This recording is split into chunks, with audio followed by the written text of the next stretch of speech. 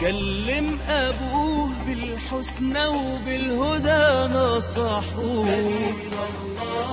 وكان رحيم القلب في كلامه نصحه.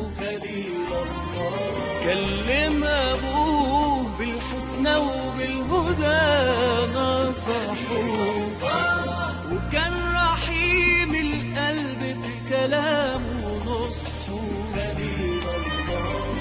يا خليل الله صلى عليك الله، يا خليل الله صلى عليك الله.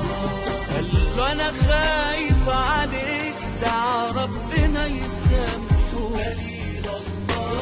قال له الصنم لو كان بينفع كان حياة نفسه. قال له أنا خايف عليك، دعا ربنا يسامحه.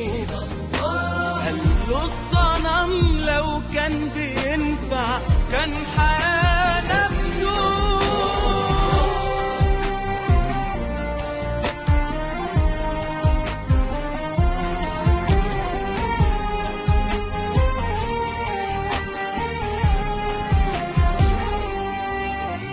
ما سجدش غير لله، جواه إيمان خلاه. كلام الصنم ومجدش نمرود ملك جبار، لحدفوه في النار. ربه رحيم ما جهلش.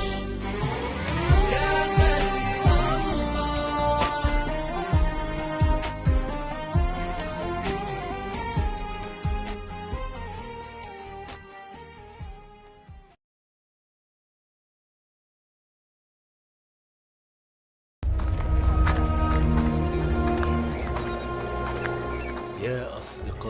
О менин кичинекей досторум.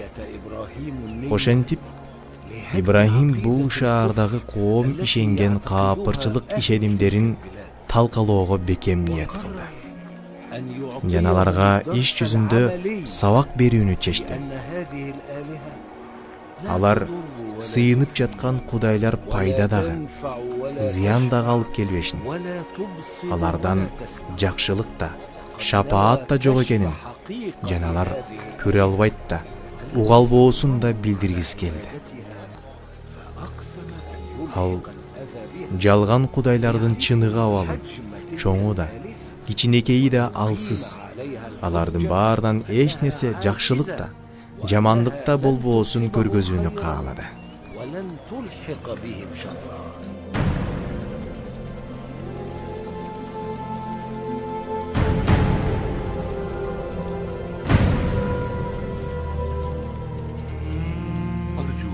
Менин жасаган кудайларым сенин ыраазычылыгыңа татыды деген үмүттөмүн, о падышам.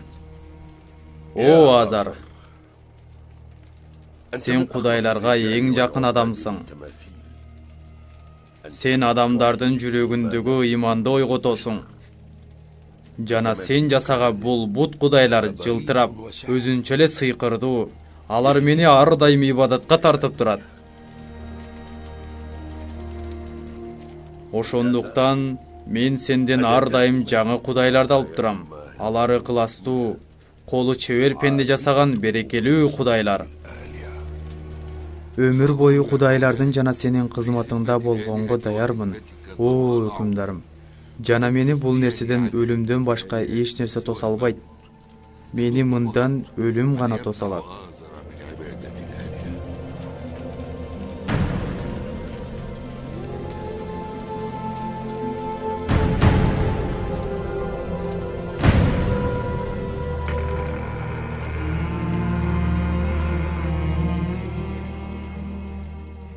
Сара болсо Ибрахимге аябай таң калчу. Ал ар дайым Аллахты эстеп, Роббисине жалбарганды токтотпойт эле. Роббисин аруулап, ага шүгүр айтып, намаз окуп, жана ар убак Аллахка ыклас кое берди. Анан Ибрахимден Сара мынтип сурады: Сен эмне кылып жатасың, о Ибрахим? Ал мен Аллахка ибадат кылып жатам деди. Ибрахим намаз менен ибадатта дайым болчу. Сара дагы сурады. Сага муну ким үйрөттү, о Ибрахим? Ал эми Ибрахим бул суроого Аллах Таала арыга үйүн салууну үйрөткөндөй эле мага дагы ушул ибадаттарды Аллах үйрөттү. Анда Сара айтты: сага мунун баары акыйкат экенин ким айтты? Ибрахим: Аллах Таала бардык нерсенин жаратуучусу болсо, мен эмне үчүн башка кудай издешим керек деди.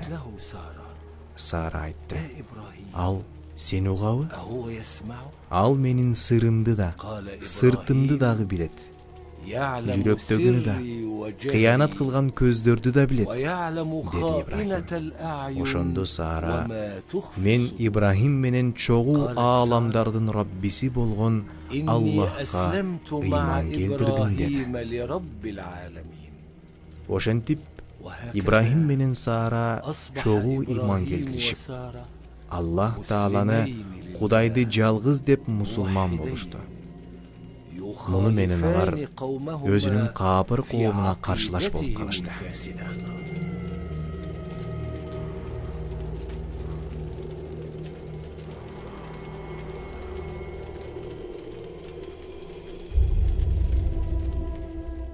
О Кудайым, улуу Ибрахимди бул жолунан кайтара көр. Жана аны кечир. Антпесе ага көпчүлүк зыян берип коюшат. Азар, Луттар өлдү. Сен чоң ата болдуң, Азар. Лут неберем? Лутту кудайлар колдосун. Ал бул кудайларга сыйынып кызмат кылган жана ибадатын, мал мүлкүн кудайларга ардаган бала болсун. Кеттик анда энесе. Лутту кудайларга көрсөтүп, алардын колдоосун алалы.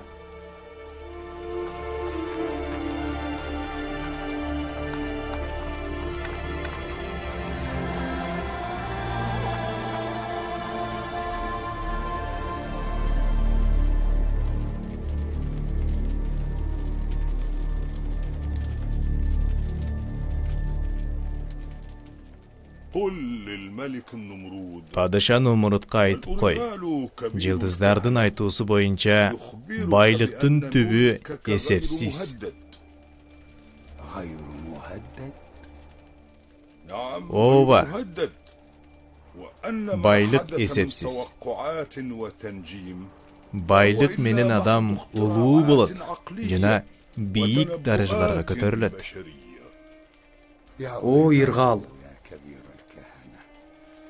улуу кызматчы, бул сөздөрүңүз падыша Нумрудка жагат.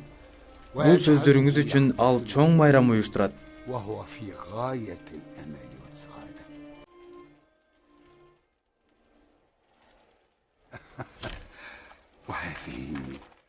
Бул Нумрудтун сизге берип жиберген белеги. Кабыл алып коюңуз. О улуу кызматчы. Ага бул белеги үчүн рахмат айтып кой. Ал чоң майрамга мен өзүм барып катышам. Нумрудка муну да айта бар.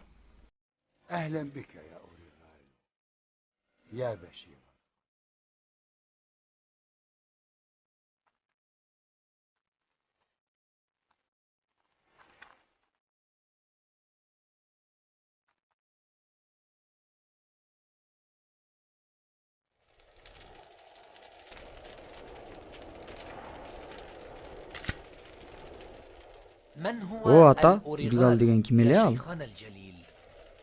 Ал эмне кылат? Анын жумушу эмне? Ал дин кызматкерлеринин эң чоңу. Ал адамдарга ар кандай жалган уадаларды берип, кудайлардын жардамы менен ар кандай көйгөйлөрүн чечип берем деп, алардын акчаларын алдап алчу. Адамдар ага ишенип, анын эшигинин жанында сагаалап отура беришчү. Анан дагы ал Азар менен жакын мамиледе болчу.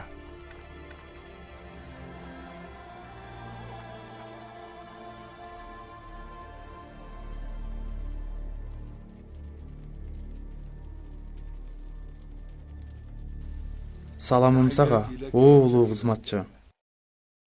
Азар, эмне маселе менен келдиң? Балам Ибрахим кудайларга каршы чыгып жатат. Ата бабаларыбыздан калган динди бузгусу келип жатат. Анда аны өлтүрүш керек кой, Азар. Бул сага чоң коркунуч алып келет. Аны шаардан кууп чыгыш керек. Кантип өлтүрөм? Сенде мындан башка айла жокпу, о Иргал? Кудайлардан жардам сурап көрбөйлүбү? Же кудайлардын чоңу Мардуктан айла сурап көрөлү?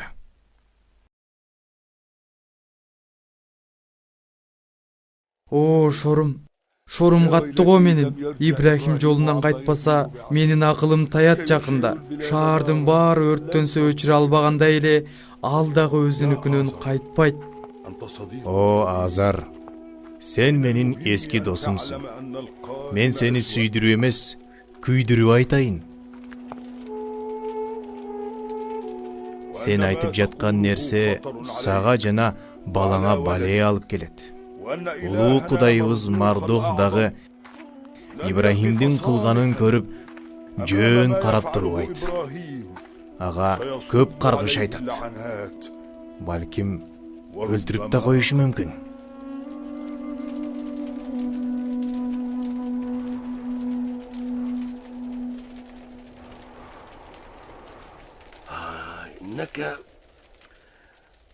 Сен аябай жакшы вазирсиң. Улуу кызматчы Иргалдын абалы кандай экен? Ага мен берген белектер жактыбы? Алтын күмүштөрдү алдыбы ал? Ал сага ыраазычылыгын билдирди, о падышам.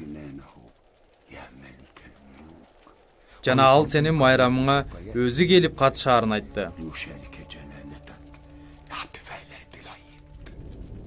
Анда улуу майрам кылабыз.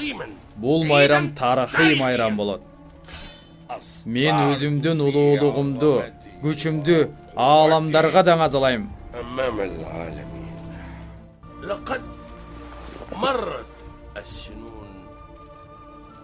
Жер жүзүндө номурутту жок кыла турган чыга элек. Азыртадан майрамга даярдангыла. Чамдангыла. Оп болот о падышам. Оп болот о падышам.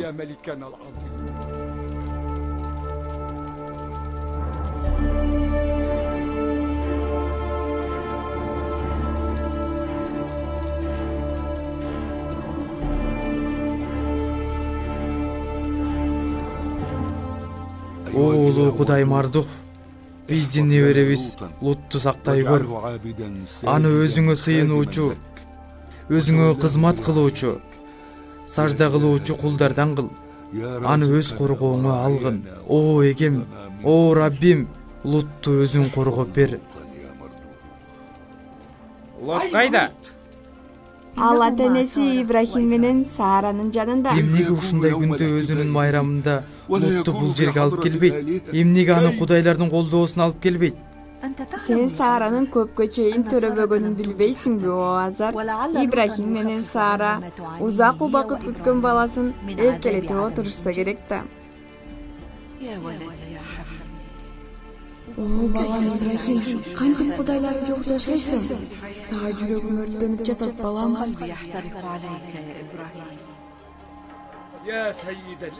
О, кудайлардын улуусу, сага белек жана курмандыктарды арнадык. Эми Лутту өзүң колдогон кулдардан кыла көр.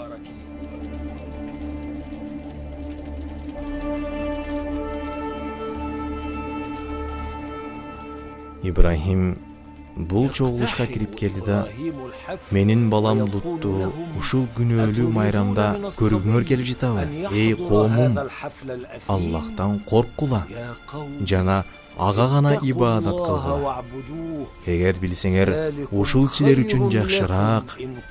Эй атаке, о апам, силер эмнелерге сыйынып жатасыңар? Деди. Бут кудайларга сыйынып жатабыз. Жана муну уланта беребиз. إذ قال لأبيه وقومه ما هذه التماثيل التي أنتم لها عاكفون قالوا وجدنا آباءنا لها عابدين قال لقد كنتم أنتم وآباؤكم في ضلال مبين قالوا أجئتنا بالحق أم أنت من اللاعبين قال بل ربكم رب السماوات والأرض الذي فطرهن وأنا على ذلكم من الشاهدين وتالله لأكيدن أصنامكم بعد أن تولوا مدبرين Öldürgüle ana. İbrahim'di öldürgüle. Örttügüle ana. Балам! Балам!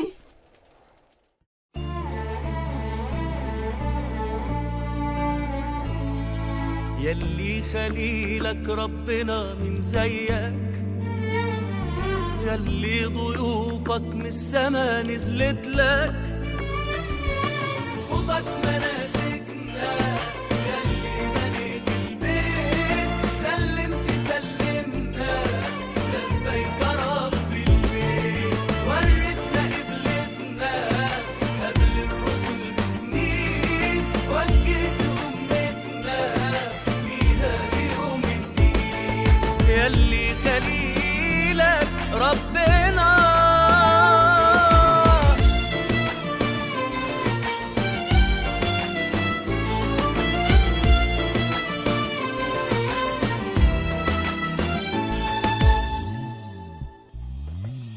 نبينا إبراهيم ادانا مثال عظيم في التضحية والصبر وسيدنا إسماعيل كان ابن عليم حكيم لما امتثل للأمر يلي خليلك ربنا